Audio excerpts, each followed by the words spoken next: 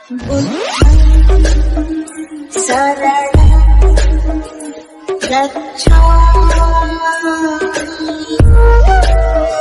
एक ही वजह से कि ब्राह्मणों ने हमारे जातियों में चमचे पैदा किए और वही चमचे चुनाव के दौरान हमारे जातियों को मैनेज करते रहते हैं और जातियों का सौदा करते रहते हैं।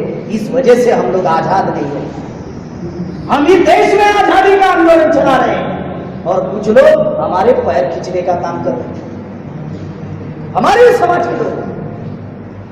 मैं ये काम क्यों कर रहा हूं? एक ही वजह से ये काम कर रहा हूं। जो आरोप बाबा साहब आम्बेडकर ने हमारे ऊपर लगाया कि मुझे पढ़े लिखे लोगों ने धोखा दिया, मैं बाबा साहब आम्बेडकर को ये चैलेंज कर रहा हूं कि बाबा साहब आम्बेडकर कम से कम वो पढ़ा लिखा गद्दार ये प्रेम कुमार गेड़ाम नहीं है जो आप कह रहे हो।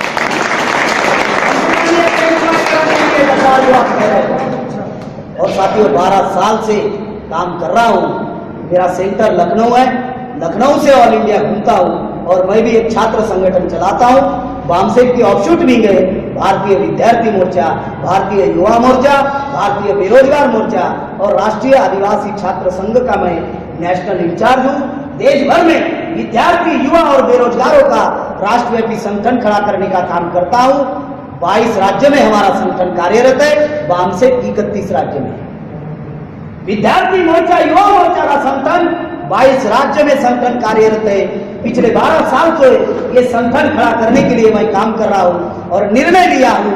जब से ये परिवर्तन यात्रा शुरू हुई, महाराष्ट्र में 42 दिन की परिवर्तन यात्रा की, उसके बाद में 30 दिन की बिहार में परिवर्तन यात्रा की, उसके बाद में 33 दिन की गुजरात में परिवर्तन यात्रा की। अब ये परिवर्तन यात्रा उत्तराखंड में चल रही है। ये हमारा पहला फेज है 6 महीने का और फरवरी महीने तक परिवर्तन यात्रा चलने वाली है। और निर्णय लिया कि ये प्रेम कुमार गेड़ाम 6 महीने तक घर नहीं जाएगा। संघर्ष करो वाला मामला नहीं है, ये मामला समझने का है। साथियों, जो बात आप लोगों को बताई जा रही है, इतनी गंभीर बातें हैं कि ये परिवर्तन यात्रा हम लोगों ने क्यों निकाली। आज देश की हालात और परिस्थिति बहुत गंभीर है। आज लोकतंत्र और संविधान खतरे में है। संविधान 9 अगस्त को दिल्ली के जंतर मंतर में जलाया गया। भारत में कोई प्रतिक्रिया हुई? कोई प्रतिक्रिया हुई? संविधान जलाया गया, कोई प्रतिक्रिया हुई? अगर पुतले की उंगली टूट जाती तो हमारे 15-20 लोग मर जाते हैं। अगर पुतले की उंगली टूट जाती तो हमारे 15-20 लोग मर जाते। लेकिन भारत में संविधान जलाया गया, छेला गांव में कोई प्रतिक्रिया नहीं। साथियों, आज ये लोकतंत्र खतरे में है, संविधान खतरे में है। लोकतंत्र नहीं है, लोकतंत्र ब्राह्मण तंत्र हो चुका है। और ये बाबा साहब आम्बेडकर के सामने हुआ। बाबा साहब आम्बेडकर 21 मई 1956 में जब बाबा साहब आम्बेडकर को बैरक लॉ का जब किताब दिया गया लंदन में, तो बाबा साहब आम्बेडकर लंदन गए। वो किताब लेने के लिए, बैरक लॉ का किताब लेने के लिए लंदन गए। तो लंदन के लोगों को लगा कि दुनिया का इतना विद्वान व्यक्ति हमारे धरती पर आया है, तो इनसे कुछ मार्गदर्शन लिया जाए। इसलिए लंदन के लोगों ने बाबा साहब आम्बेडकर को कहा कि मिस्टर आम्बेडकर, हमें मार्गदर्शन कीजिए। बाबा साहब आम्बेडकर मार्गदर्शन करने के लिए वॉइस ऑफ अमेरिका नाम का एक रेडियो चलता था लंदन में। उस रेडियो पर जब भाषण देने के लिए गए तो बाबा साहब आम्बेडकर ने कहा 21 मई 1956, और बाबा साहब ने कहा लोकतंत्र और ब्राह्मण तंत्र एक साथ नहीं चल सकता। वैल्यू नंबर 17 बाबा साहब आम्बेडकर का राइटिंग है। ये जो बातें आप लोगों को बताई जा रही है, संविधान में बाबा साहब आम्बेडकर, जब संविधान का निर्माण हुआ, बाबा साहब आम्बेडकर ने संविधान का निर्माण किया और SC ST OBC माइनॉरिटी के लिए कम से कम 65 आर्टिकल्स बनाए। 65 आर्टिकल्स बनाए। संविधान में अधिकार है, 15(4) 16(4) में नौकरी का अधिकार है। संविधान को बगैर हाथ लगाए प्राइवेटाइजेशन लाया, नौकरी खत्म कर दी। रिजर्वेशन गवर्नमेंट सेक्टर में, रिजर्वेशन प्राइवेट सेक्टर में है नहीं, उसी गवर्नमेंट सेक्टर का प्राइवेट में रूपांतरित कर दिया, रिजर्वेशन खत्म। संविधान में आर्टिकल 21 335 में शिक्षा का अधिकार है, शिक्षा महंगी कर दी।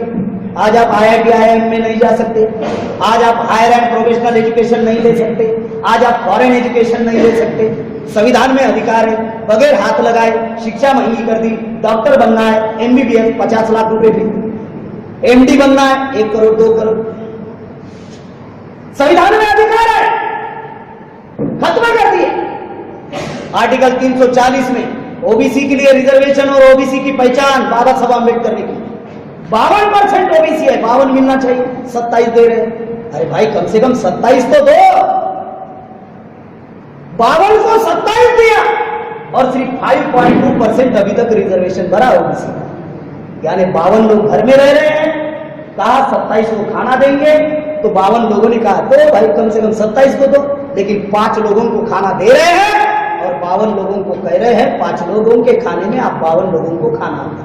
इसलिए झगड़े हो रहे हैं, इसलिए मराठा आरक्षण के लिए चिल्ला रहा है, इसलिए गुजरात का पटेल पाटीदार चिल्ला रहा है, इसलिए हरियाणा का जाट चिल्ला रहा है, इसलिए राजस्थान का गुर्जर चिल्ला रहा है, इसलिए बिहार का मल्ला चिल्ला रहा है।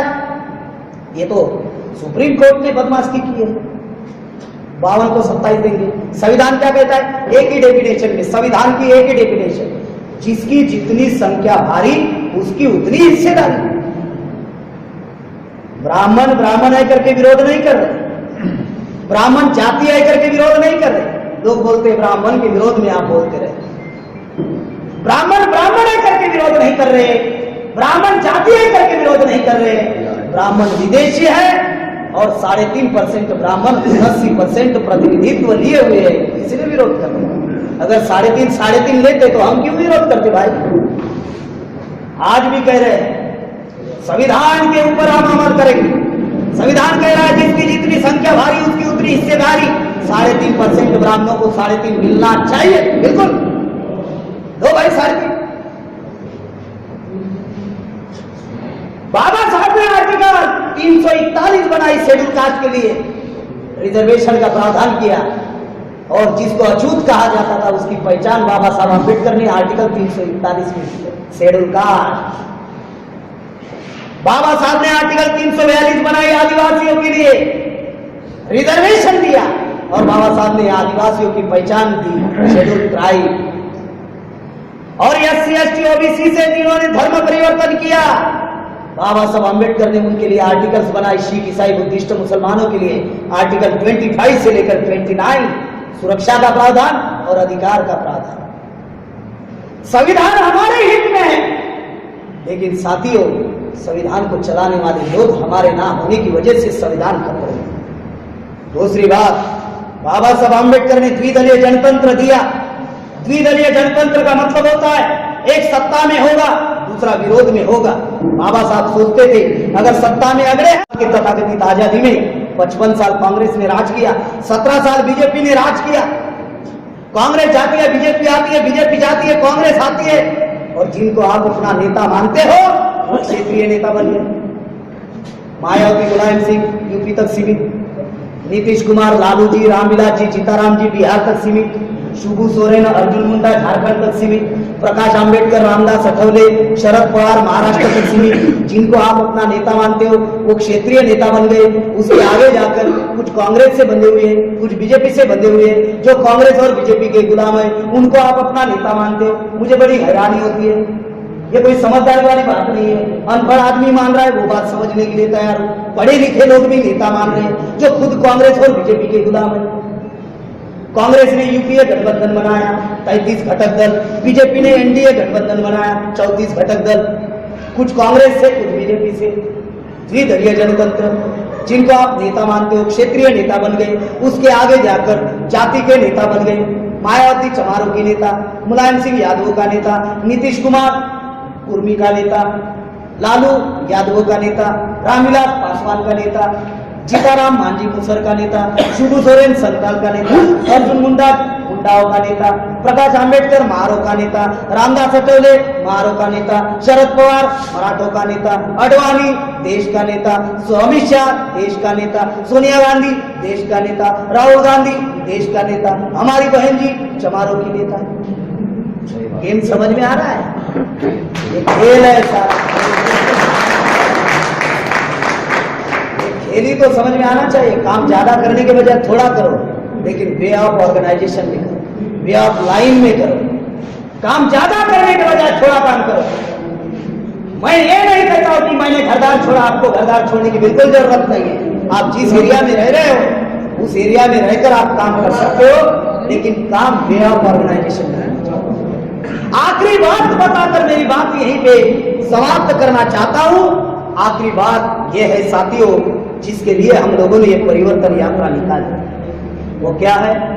26 जनवरी 1950 के पहले रानी के पेट से राजा पैदा होता था।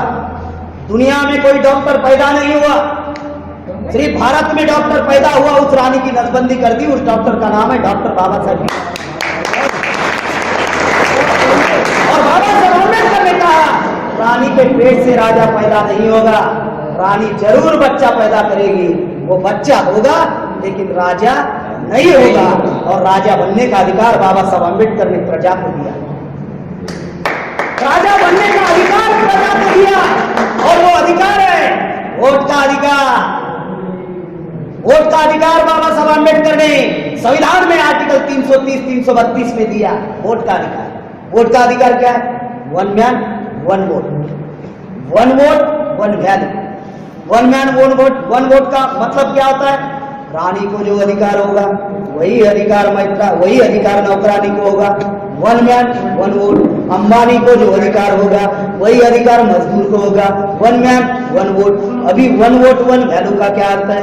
अंबानी के वोट के अधिकार की जितनी पावर होगी, अंबानी के वोट के अधिकार की जितनी कीमत होगी, वही कीमत और पावर मजदूर के वोट की होगी। इसे कहते हैं वन वोट वन वैल्यू। आज क्या है? वन मैन वन वोट है। घर से बाहर निकल कर जाओ बूथ तक, बटन दबाने का उसे अधिकार कहते हैं वन मैन वन वोट, वो है। लेकिन one vote one value machine ने खत्म कर दिया। अब जनता नहीं चुन रही है राजा, अभी मशीन राजा चुन रही है। दुनिया में कहीं पर भी वोटिंग मशीन पर चुनाव नहीं होता, सिर्फ भारत में वोटिंग मशीन पर चुनाव होता है। ये गड़बड़ी वाली मशीन है। अमेरिका में नहीं होता, जापान में नहीं होता, रशिया में नहीं होता, चाइना में नहीं होता, ये बाजू वाला पाकिस्तान है, वहां पर वोटिंग मशीन पर चुनाव नहीं होता। भारत में चुनाव होता है। दुनिया के 120 देशों में वोटिंग मशीन पर चुनाव नहीं होता, भारत में सिर्फ चुनाव हो रहा है। ये गड़बड़ी वाली मशीन है। 2004 में कांग्रेस ने गड़बड़ी की, 2009 में बीजेपी कांग्रेस ने फिर से गड़बड़ी की, यानी कांग्रेस ने 2 बार गड़बड़ी कर कर चुनाव जीता। इसके विरोध में सुब्रमण्यम स्वामी ने दस्तावेज इकट्ठा किए। वो दस्तावेज हाईकोर्ट में एफिडेविट दाखिल किया। हाईकोर्ट में एफिडेविट दाखिल करने के बाद मामला सुप्रीम कोर्ट में गया, और सुप्रीम कोर्ट के जज ने सुब्रमण्यम स्वामी को सवाल पूछा, आप कह रहे हो कि मशीन में गड़बड़ी होती है, इसमें सुधार के लिए आपके पास क्या पर्याय है? सुब्रमण्यम स्वामी ने कहा इसमें एक चीज का सुधार ला सकते हैं। जज ने पूछा कौन सा? तो सुब्रमण्यम स्वामी ने एक उदाहरण बताया कि मेरे बड़ा बड़ा बैंक में 1 लाख रुपए है, अगर मुझे पैसे निकालना है तो मुझे बैंक में जाना पड़ेगा, लाइन में लगना पड़ेगा, उतना समय मेरे पास नहीं है, इसलिए मैं एटीएम मशीन पर जाता हूँ, और एटीएम से जब मैं पैसे निकालता हूँ, मान लीजिए मैंने 10,000 रुपए निकाले, तो एटीएम से एक स्लिप बाहर आती है, और वो स्लिप मुझे बताती है कि आपने 10,000 रुपए निकाले, अभी 90,000 रुपए आपके खाते में बैलेंस है। तो इससे क्या होता है? तो एटीएम मशीन के ऊपर मेरा विश्वास होता है, और जिस बैंक में मेरा खाता है उस बैंक पर भी मेरा विश्वास होता है। लेकिन ये जो वोटिंग मशीन है, ये वोटिंग मशीन की जब मतदाता बटन दबाता है सिर्फ आवाज आता है, वोट किसको गया पता नहीं चलता।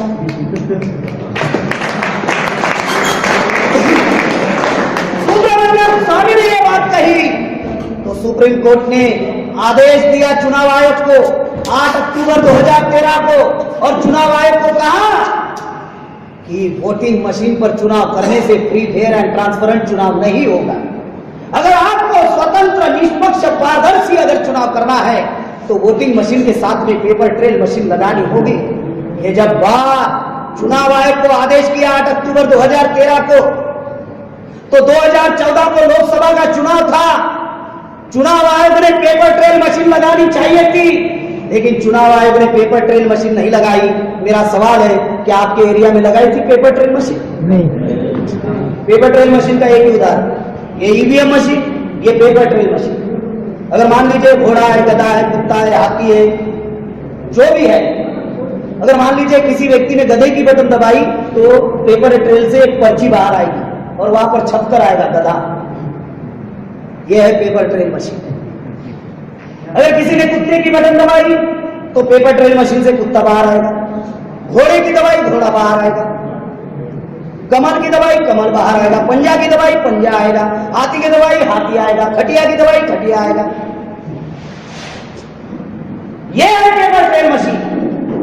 2014 में चुनाव आयोग ने पेपर ट्रेल मशीन नहीं लगाई और बगैर पेपर ट्रेल मशीन बीजेपी 283 सीटें जीतकर चली गई और नरेंद्र मोदी भारत का प्रधानमंत्री बन गया।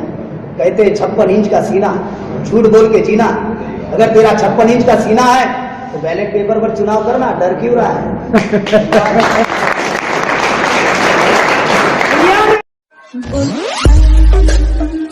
सरल रक्षा